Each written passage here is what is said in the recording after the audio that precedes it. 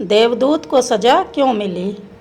एक बार मृत्यु के देवता ने अपने एक दूत को पृथ्वी पर भेजा। एक स्त्री मर गई थी, उसकी आत्मा को लाना था।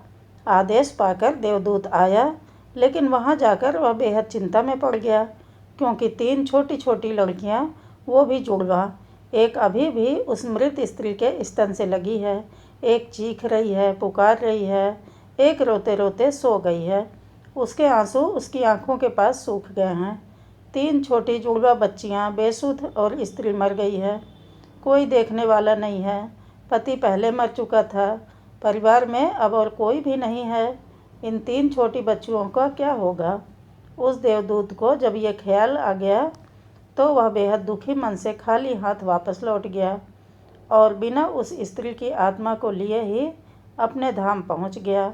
उसने जाकर अपने प्रधान देवता से कहा कि मैं ना ला सका उस स्त्री की आत्मा, मुझे क्षमा करें। लेकिन आपको वर्तमान स्थिति का पता ही नहीं है।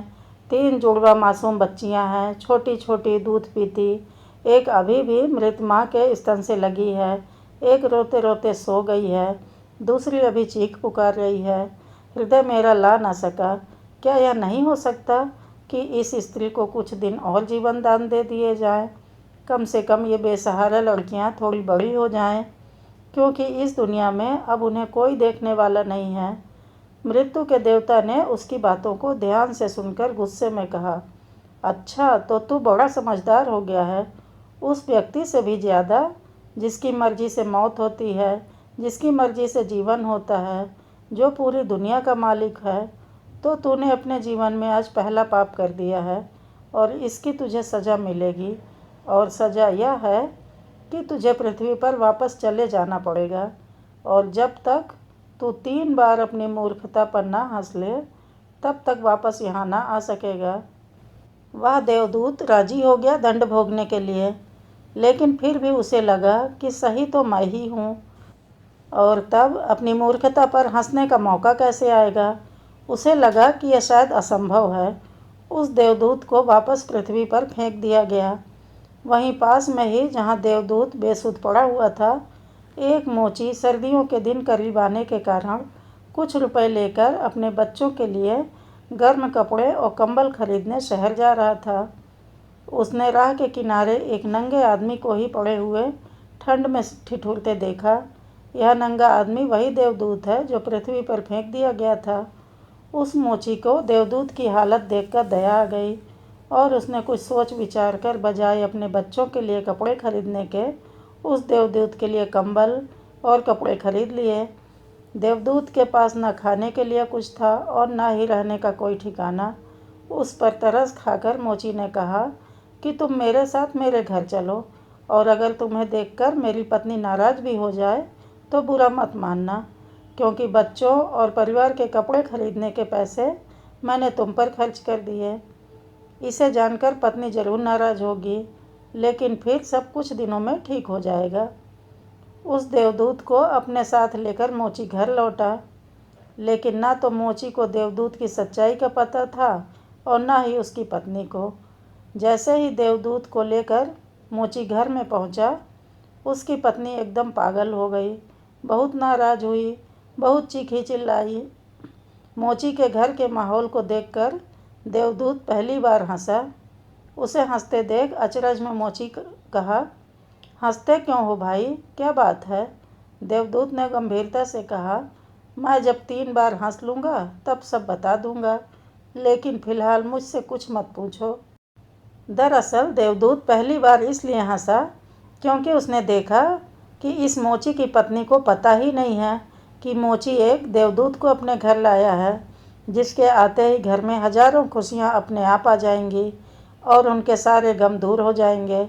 लेकिन आदमी देख ही कितनी दूर तक सकता है। पत्नी तो इतना ही देख पा रही है कि उसने एक कंबल और बच्चों के कपड़े नहीं खरीदे। जो खो गया है वह देख पा रही है, जो मिला है उसका उसे अंदाज ही नहीं है। घर में देवदूत आ गया है, जिसके आते ही हजारों खुशियों के द्वार खुल जाएंगे। इसलिए देवदूत हंसा। उसे महसूस हुई अपनी मूर्खता, क्योंकि मोची की पत्नी अपने भविष्य को नहीं देख पा रही है, जो उसके साथ होने वाला है बहुत जल्दी ही, क्योंकि वह देवदूत था कुछ दिनों में ही उसने मोची के सब काम सीख लिए और फिर उस देवदूत के बनाए जूते इतने प्रसिद्ध हो गए कि मोची कुछ महीनों के भीतर ही धनवान हो गया।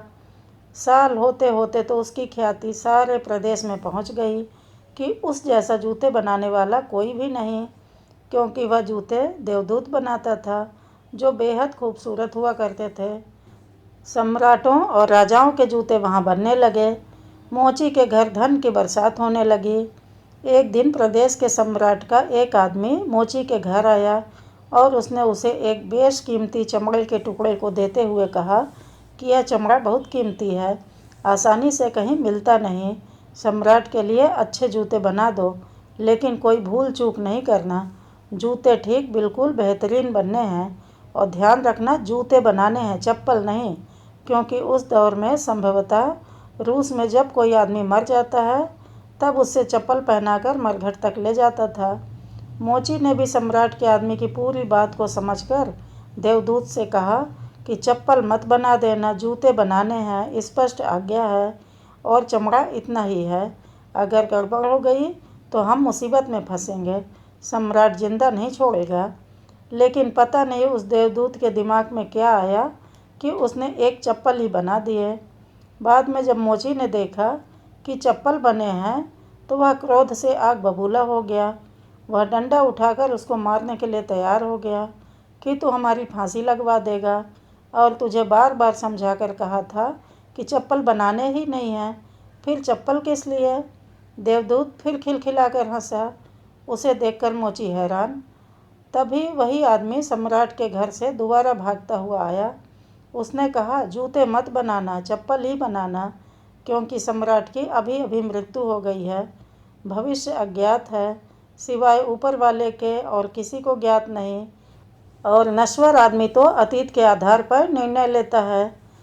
सम्राट जिंदा था तो जूते चाहिए थे, मर गया तो चप्पल चाहिए।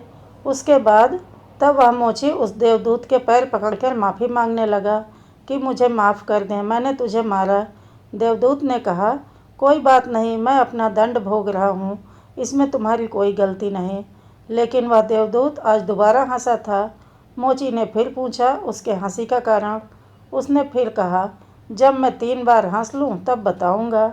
दरअसल वो देवदूत दोबारा हंसा, सिर्फ इसलिए कि भविष्य किसी को ज्ञात नहीं है। फिर भी लोग असीमित आकांक्षाएं, ईर्ष्या, घृणा, द्वेष रखते हैं, जो कि पूरी तरह व्यर्थ है।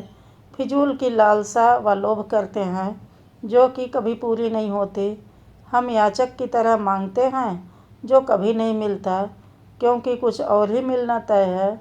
हमसे बिना पूछे हमारी नियति घूम रही है और हम व्यर्थ ही बीच में शोरगुल मचाते हैं, चिंता करते हैं, परेशान होते हैं।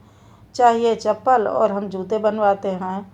मरने का जब वक्त करीब आ रहा है तब जिंदगी का हम हंगामेदार आयोजन करते हैं। सिर्फ वर्तमान समय ही हमारा है, लेकिन हम भूत और भविष्य के बारे में दिन रात सोचकर बेमतलब की चिंता में मरे जा रहे हैं।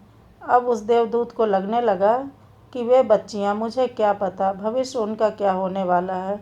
मैं बेमतलब का उनके बीच में आया, क्योंकि होनी तो बहुत पहले से तय है। कुछ दिनों बाद एक तीसरी घटना घटी कि एक दिन 3 लड़कियां उस मोची के यहाँ पहुंची। उन तीनों लड़कियों की शादी हो रही थी, इसलिए वे तीनों अपने लिए जूतों के ऑर्डर देने वहाँ गई थी। एक बूढ़ी महिला भी उनके साथ आई थी, जो बहुत अमीर दिख रही थी। देवदूत उन्हें देखकर पहचान गया। ये वही 3 लड़कियां हैं जिनको वह उनके मृत माँ के पास छोड़ आया था और जिनकी वजह से वह दंड भोग रहा है। वे सब वर्तमान में बहुत स्वस्थ और सुंदर दिख रही हैं। उसने जानना चाहा कि क्या हुआ, उनके साथ यह बूढ़ी औरत कौन है। अब बूढ़ी औरत ने सब कुछ बताना शुरू किया। उसने कहा कि ये तीनों बच्चियां मेरी नहीं हैं। इनके जन्म के दौरान भूख और अभाव के कारण माँ के शरीर में दूध नहीं था और ये 3 बच्चियां जुड़वा। इनकी माँ इन्हें दूध पिलाते पिलाते ही मर गई। जब मैंने इन्हें देखा तो मुझे इन अनाथ बच्चियों पर दया आ गई। मेरे कोई बच्चे नहीं थे, इसलिए मैंने इन तीनों बच्चियों को गोद ले लिया। बूढ़ी महिला ने अपनी बात को आगे बढ़ाई और कहा कि अगर आज भगवान की कृपा से इनकी माँ जिंदा रहती तो भी शायद ये तीनों बच्चियां गरीबी, भूख, दीनता और दरिद्रता में बड़ी होती।